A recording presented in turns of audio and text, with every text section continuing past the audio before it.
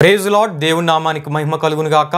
ప్రియమైన దేవుని బిడ్డలారా, మరొకసారి ఈ ఆధ్యాత్మిక కార్యక్రమం ద్వారా ఈ విధముగా మిమ్మల్ని కలుసుకున్నటకు దేవుడు నాకు అనుగ్రహించిన ఈ గొప్ప భాగ్యాన్ని బట్టి ముందుగా దేవాతి దేవునికి కృతజ్ఞతాస్తుతులు చెల్లించి ఉన్నాను. అదేవిధంగా ఈ ఆధ్యాత్మిక కార్యక్రమములను వీక్షించున్న ఆత్మీయులకు మీ అందరికీ ప్రభువైన యేసుక్రీస్తు నామంలో శుభాభివందనాలు తెలియజేస్తూ ఉన్నాను. ప్రియమైన దేవుని బిడ్డలారా, గత కొన్ని వారాలుగా మంచం మీద నుండి మరణానికి దారితీసిన ఒక రాజు జీవితం అనే అంశ సందేశాన్ని మనం ధ్యానం చేసుకుంటూ రావడం జరుగుతూ ఉంది. ఈ అంశానికి సంబంధించిన మూలవాక్య వచనములుగా రాజుల 2వ గ్రంథం 1వ అధ్యాయం 3 నుండి 5 వరకు రాయబడిన వాక్య వచనాలు మనం తీసుకొని ఎన్నెన్నో ఆత్మీయ హెచ్చరికలు, అదేవిధంగా ఆత్మీయ పాఠములు మనం నేర్చుకుంటూ రావడం జరుగుతూ ఉంది. ప్రియమైన దేవుని బిడ్డలారా, ఈ అంశ సందేశంలో భాగంగా ఈ రోజున ఇశ్రాయేల్ రాజైన అహజ్యా విషయంలో దేవుడు ఎందుకు ఇంత తీవ్రతరంగా స్పందించున్నాడో మనం తెలుసుకుందాం. అంతేకాకుండా దేవుడు ఎందుకు ఇశ్రాయేల్ రాజైన అహజ్యాకి మరొక అవకాశాన్ని ఇవ్వడానికి ఇష్టపడలేదో మనం ఈ విషయాలు తెలుసుకుందాం. ప్రియమైన దేవుని బిడ్డలారా, ముందుగా ఈ ఇశ్రాయేల్ రాజైన అహజ్యా ఈ విధంగా అస్వస్థతకు పాలవుటకు కారణంలేంటో మనం తెలుసుకుందాం. ఈ అహజ్యా చేసిన చెడుతనమే ఇతడు మేడగది కిటికీలోండి క్రింద పడి అస్వస్థతకు పాలవుటకు కారణమైంది. ప్రియమైన దేవుని బిడ్డలారా, అంతేకాకుండా అహజ్యా అనుసరించకూడని మనుషులను అనుసరించుటను బట్టియే మేడగది కిటికీలో నుండి క్రింద పడి అస్వస్థత పాలవుటను మనం చూస్తూ ఉంటాం. ఎందుకంటే ప్రియమైన దేవుని బిడ్డలారా, యారోబాము లాంటి దుర్మార్గులను అనుసరించిన వాడిగా ఈ అహజ్యాను మనం చూస్తూ ఉంటాం. యారోబాము ప్రవర్తించిన ప్రవర్తనను అనుసరించిన వాడిగా ఈ అహజ్యాను మనం చూస్తూ ఉంటాం.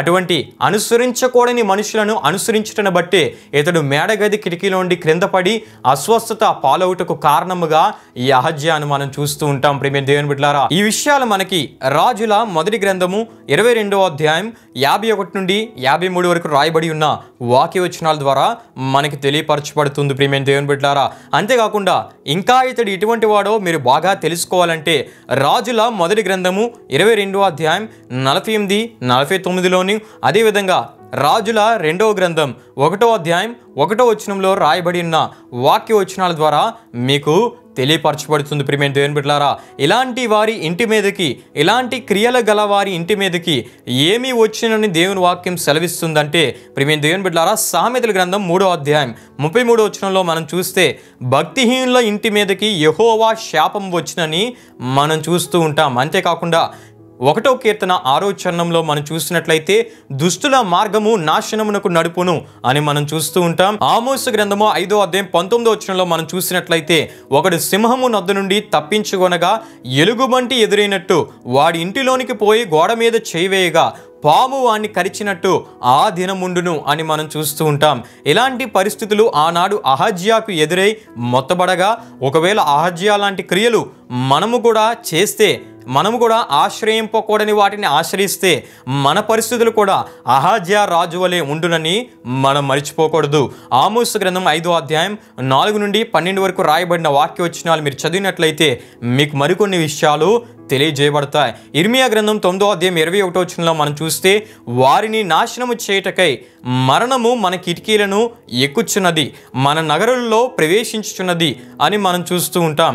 ఇలాంటి పరిస్థితులన్నీ ఎవరికి సంభవించినంటే దేవుని స్థానాన్ని వేరొక విశ్వాసాలకు ఇచ్చి వాటిని మహిమపరచు వారికి, అదేవిధంగా నిజదేవుడైన యెహోవాకు ఆయన ధర్మశాస్త్రమునకు విరోధమైన క్రియలు చేయవారికి, అంతేకాకుండా నిజదేవుణ్ణి పూర్తిగా నిర్లక్ష్యము అలక్ష్యము చేసి ప్రక్కన పెట్టువారికి ఇటువంటి పరిస్థితులు సంభవించినని నేను కాదు, దేవుడే ఆనాడు తన ప్రవక్తలైన వారి ద్వారా తన ప్రజలుగా ఉన్న ఇశ్రాయేలు వారిని, యోధా వారిని హెచ్చరించినట్లు దేవుని వాక్యంలో మనం చూస్తూ ఉంటాం. అయితే ఆనాడే కాదు, నేడు మనలను కూడా ఆయన హెచ్చరిస్తూ ఉన్నాడు. ప్రియమైన దేవుని బిడ్డలారా, ఈ వాక్య వచనాల్లో రాయబడిన ప్రకారంగానే ఇశ్రాయేల్ రాజైన అహజ్యా దేవుని కోపంచే మొత్తబడి తన మేడగది కిటికీలోండి క్రింద పడి రోగి అయి మంచానికి పరిమిత అయిపోయిన వానిగా మనం చూస్తూ ఉంటాం.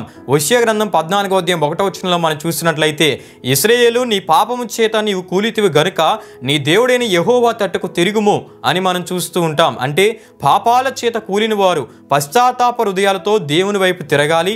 అయితే ఈ పనిని చేయని వానిగా ఇశ్రాయేల్ రాజైన అహజ్యాని మనం చూస్తూ ఉంటాం. అయితే ప్రియమైన దేవుని బిడ్డలారా, ఈ అహజ్యా రాజు తాను చేసిన పాపములను గుర్తించని రాజుగా మనం చూస్తూ ఉంటాం.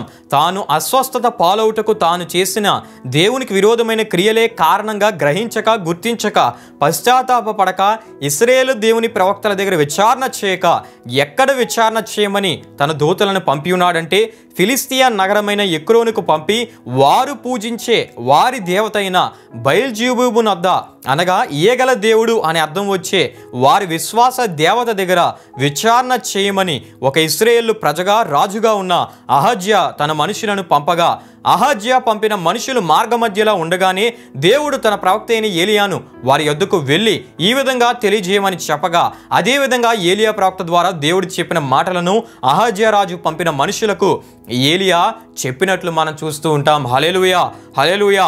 ఈ విషయాలే రాజుల 2వ గ్రంథం 1వ అధ్యాయంలో మనకు కనబడుతూ ఉంటాయి ప్రియమైన దేవుని బిడ్డలారా. అయితే ప్రియమైన దేవుని బిడ్డలారా, ఇశ్రాయేళ్ల రాజైన అహజ్యా ఇశ్రాయేళ్ల దేవుడైన యెహోవా ద్వారా స్వస్థత పొందుకోకుండా అతని జీవితం మంచం మీద నుండి మరణానికి దారితీయటకు ప్రధాన కారణాలు ఏమై ఉన్నాయంటే, అతడు ఒక ఇశ్రాయేలు ప్రజగా ఉన్నాడు. ఇశ్రాయేళ్ల దేవుడైన యెహోవా దేవుని ప్రజల మీద రాజుగా ఉండి తాను దేవుణ్ణి తక్కువగా చూడడమే కాకుండా, దేవుని శక్తిని దేవుని ప్రజల మధ్య తక్కువగా చూపించడమే కాకుండా, దేవుని కంటే దేవుని శక్తి కంటే ఫిలిస్తీన్ల దేవత గొప్ప శక్తి గలవానిగా భావించడమే కాకుండా, ఇశ్రాయేళ్ల మధ్య అనగా దేవుని ప్రజల మధ్య ఫిలిస్తీన్ల దేవత అయిన బయల్జెబూబు శక్తి గలవాడని, ఆ బయల్జెబూబుకు పెద్దపీట వేసిన వ్యక్తిగా ఈ అహజ్యాని మనం చూస్తూ ఉంటాం. విచిత్రం ఏంటంటే ప్రియమైన దేవుని బిడ్డలారా, ఇశ్రాయేల్ రాజైన అహజ్యా కూర్చున్న సింహాసనము ఇశ్రాయేలు దేవునిది. తాను తినే ఆహారపు పంట ఇశ్రాయేలు దేవుని ఆహారపు పంట. తాను నివసించే ప్రదేశము ఇశ్రాయేల్లో ఉన్న షోమ్రోను ప్రదేశము. అంతేకాకుండా తాను పరిపాలించే ప్రజలు యెహోవా దేవుని ప్రజలు. ఒక్క మాటలో చెప్పాలంటే ప్రియమైన దేవుని బిడ్డలారా, ఇశ్రాయేల్ రాజైన అహజ్యా అనుభవించే అంతఃపురపు భవనము, రాజ మర్యాదలు ఇవన్నీ సమస్తము యెహోవా దేవునివే. గాని మహిమను ఇతర విశ్వాసాలకు చెల్లించుట ఈ అహజ్యా విషయంలో దేవుడు సహించలేకపోయాడు. అంతేకాకుండా వాటి శక్తిని ఇశ్రాయేలు మధ్య గొప్పగా చూపించే ప్రయత్నమును దేవుడు ఇష్టపడలేదు. ప్రియమైన దేవుని బిడ్డలారా, ఈ విషయాలు గమనించండి. ఇదే విషయాన్ని సమూయేలు రాసిన మొదటి గ్రంథం 2వ అధ్యాయం 29వ వచనంలో యాజకుడు ఏలీతో దేవుడు అంటున్న మాటల్లో మనం చూసినట్లయితే, నాకంటే నీ కుమారులను నీవు గొప్ప చేయించున్నావని అనుటను మనం చూస్తూ ఉంటాం. అంటే ప్రియమైన దేవుని బిడ్డలారా, పాపాన్ని దుర్మార్గపు పనులు చేసిన వారిని నెత్తి మీద మోస్తూ ఉన్నాడు. జీవమగల దేవుని విధి విధానాలను నెత్తి మీద మోయవలసిన వాడు, వాటికి అత్యంత ప్రాముఖ్యతను ఇవ్వవలసిన వాడు వాటిని కాళ్ళ క్రింద త్రొక్కివేస్తున్నాడు, కాళ్ళ క్రింద ధూళిలా చూస్తూ ఉన్నాడు.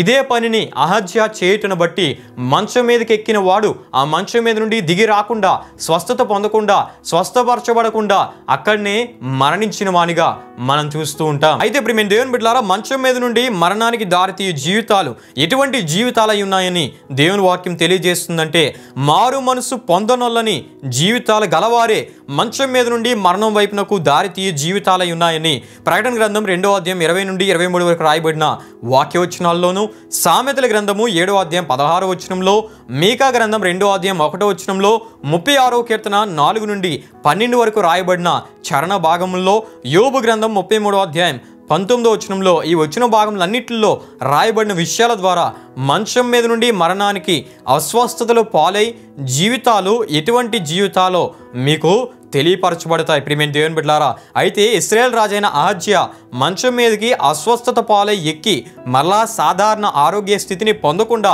మరణించుటకు కారణాలు మనము వివరముగా తెలుసుకుంటూ రావడం జరిగింది. ప్రియమైన దేవుని బిడ్డలారా, అయితే ప్రియమైన దేవుని బిడ్డలారా, ఇశ్రాయేల్ రాజైన అహజ్యా అస్వస్థత పాలై మంచం మీదకి ఎక్కి మరలా సాధారణ ఆరోగ్య స్థితిలోనికి రాకుండా ఆ మంచం మీద నుండే మరణానికి అతని జీవితం దారి తీయటకు కారణాలు ఇప్పటి వరకు మనము తెలుసుకుంటూ రావడం జరిగింది. ప్రియమైన దేవుని బిడ్డలారా, గనుక ఎప్పుడైనా మీ జీవితాల్లో ఒకవేళ అస్వస్థత పాలై మంచానికి పరిమిత అయ్యే పరిస్థితుల్లో మీరు ఉన్నట్లయితే దేవుడు మాట్లాడుతున్నాడు.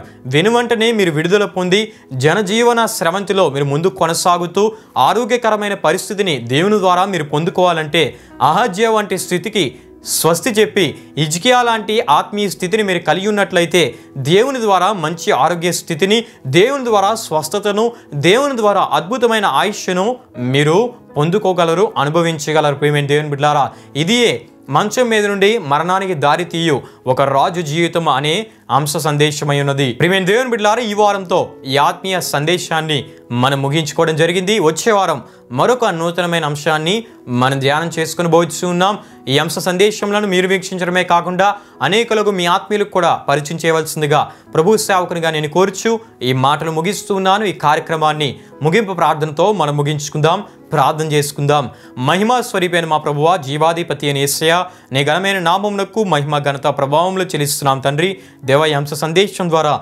ఎన్నెన్నో ఆత్మీయ హెచ్చరికలు, ఎన్నెన్నో ఆత్మీయ పాఠములు మీరు మాకు నేర్పించినందుకు నీకే స్తుతులు చెల్లిస్తూ ఉన్నాం. వచ్చే వారం మరొక నూతన అంశాన్ని మేము ధ్యానం చేసుకుని పోవచ్చునుగా దేవ, నీ ఆత్మ సహాయాన్ని, నీ ఆత్మ జ్ఞానాన్ని మీరు మాకు అనుగురించి నడిపించమని, వీక్షించిన ప్రతి ఒక్కరిని దీవించి నీ కృపలో నడిపించమని ఈ అంశ సందేశముల ద్వారా నీ నామానికి మహిమ ఘనత ప్రభావములు చెల్లిస్తూ యేసు పరిశుద్ధ నామంలో అడిగి వేడుకుంటున్నాము తండ్రి. ఆమేన్. యేసు రక్తమే జయం, ప్రభేసు రక్తమే జయం, ప్రభేసు రక్తం సంపూర్ణమైనది, అపవాది క్రియలంత నాశనం కలుగును గాక. ఆమేన్. ప్రభు మిమ్మును మీ కుటుంబములను నూరంతలుగా ఆశీర్వదించునుగాక. ఆమేన్.